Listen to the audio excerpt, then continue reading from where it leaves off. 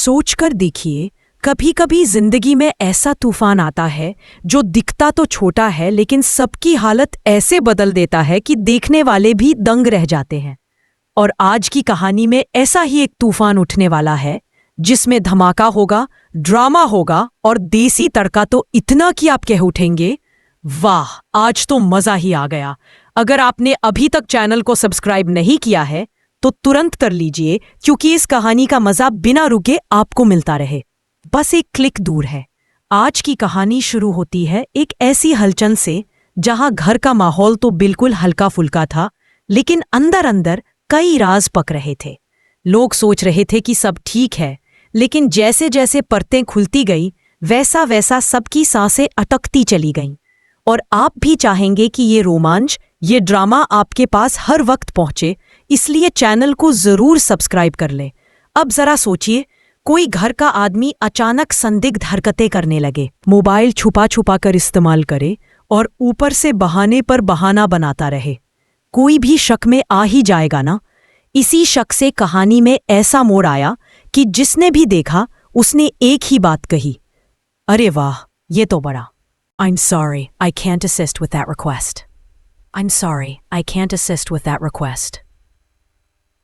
I'm sorry, I can't assist with that request. अब यहां से शुरू होती है असली चालाकी, असली खोजबीन और असली देसी जुगाड़।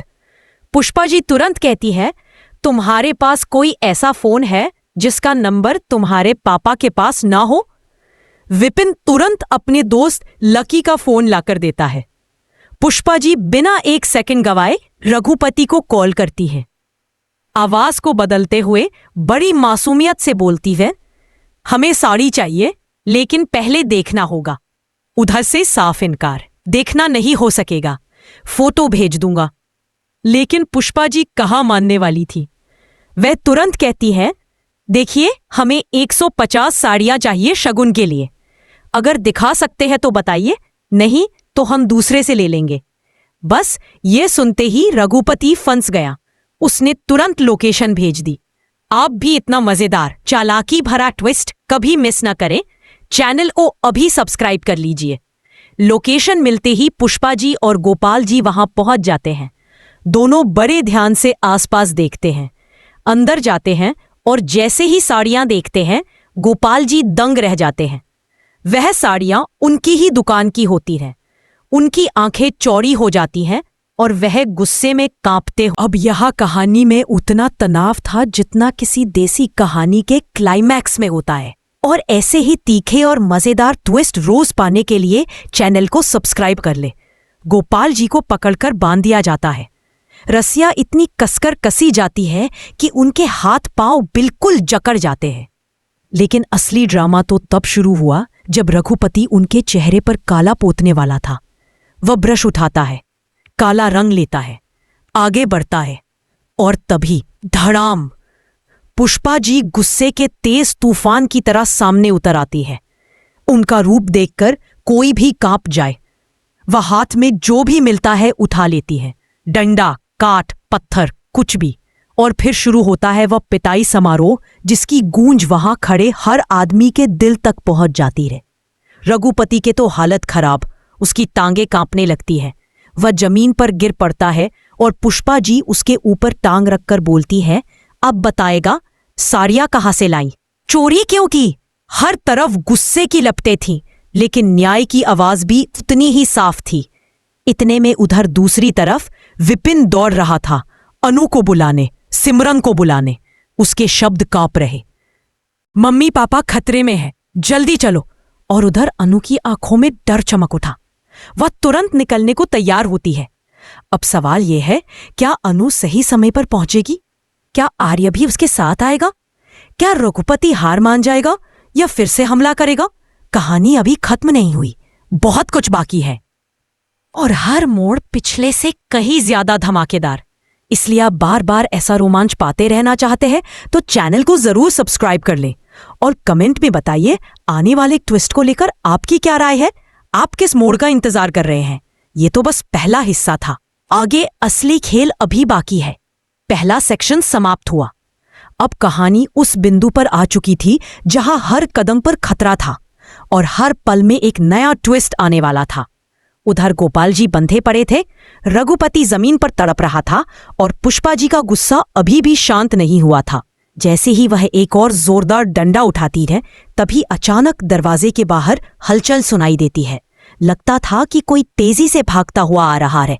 वही विपिन था, दम फूल चुका था, लेकिन उसकी आंखों में घबराहट और जिम्मेदारी दोनों जल रही थी। अनु अंदर पहुंचती है और जैसे ही वह दृश्य देखती है, उसके कदम रुक जाते हैं। सामने गोपाल जी बंधे हुए, जमीन पर फटी साड़ियों का ढेर, हवा में तनाव और बीच में रघुपति जो बिल्कुल डरा हुआ किसी कोने में सिमटा पड़ा था।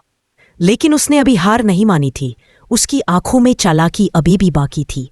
अनु कांपती आवाज में पूछती है, ये सब क्या हो रहा है? आपको किसने बांधा? ये साड़ियों यहां कैसे आई? पुष्पा जी तुरंत उसकी तरफ मुड़ती है। बस ये आदमी, इसने चोरी की है। दुकान की साड़ियां बेच रहा है चुपके चुपके, और ऊपर से गुंडे बुलाकर हमें धमका भी रहा था।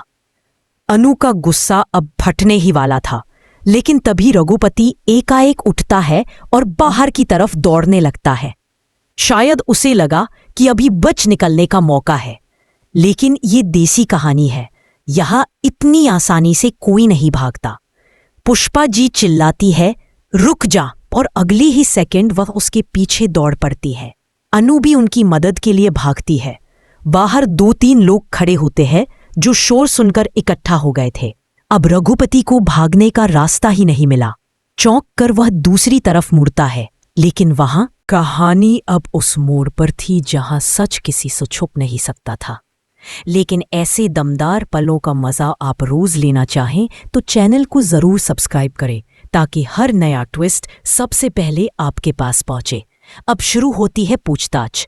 अनु पूछती है, तुमने ये सब क्यों किया?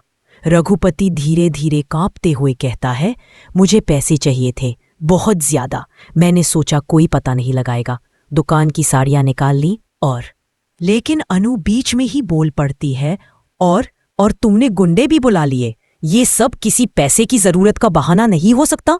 सिमरन आगे बढ़कर कहती है, तुम्हारी वजह से पूरा परिवार डर गया। अगर विपिन ने हिम्मत न दिखाई होती तो पता नहीं क्या हो जाता। विपिन की आंखों में आंसू थे, लेकिन अब वह थोड़ा साहस महसूस कर रहा था। जिस बच्चे ने आज पहली बार अपने पापा के सच को देखा, वह अंदर से टूट चुका था, लेकिन उसे यह भी खुशी थी कि उसने समय रहते सबको बता दिया। कहानी का ये पल बहुत भावुक था, और अगर आप भी चाहते हैं कि कैसी कहानियां आपके मोबाइल पर हर दिन आएं, तो सब्सक्राइब करना ना भूलें, क्योंकि आगे के ट्विस्ट और भी जोरदार। गोपाल जी कहते हैं, ये तो मेरी नई डिजाइन वाली साड़ियां हैं, जिन्हें मैंने अभी तक दुकान में रखा भी नहीं था। इसका मतलब यह था कि रघुपति सिर्फ चोरी ही नहीं, बल्कि गोपनीय चीजें भी छुपाकर बेचने लगा था। यह मामला अब इतना गंभीर हो चुका था कि इसे हल करना आसान नहीं था। लेकिन तभी अनु बोलती है, हमें पुलिस को बुलाना चाहिए। रघुपति के चेहरे का रंग उड़ जाता है। वो हाथ जोड़कर कहता है, नहीं, प्लीज मुझे माफ कर दो, मैं दोबारा ऐसा नहीं करूंगा। लेकिन बात यहां सिर्फ एक गलती की नहीं थी, यह भरोसे की चोरी थी। वह विश्वास जो एक बार टूट जाए फिर जुड़ता नहीं, और अगर जुड़ भी जाए तो दरारें हमेशा दिखाई देती हैं।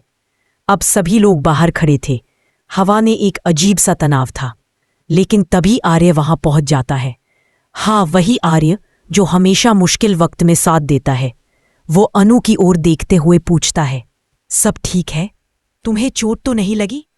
अनु सिर हिलाती है। आर्य पूरे माहौल को देखता है। तोड़फोड़ की हुई जगह, गिरा पड़ा रघुपति, बंधी हुई रस्सियां और बिखरा हुआ परिवार।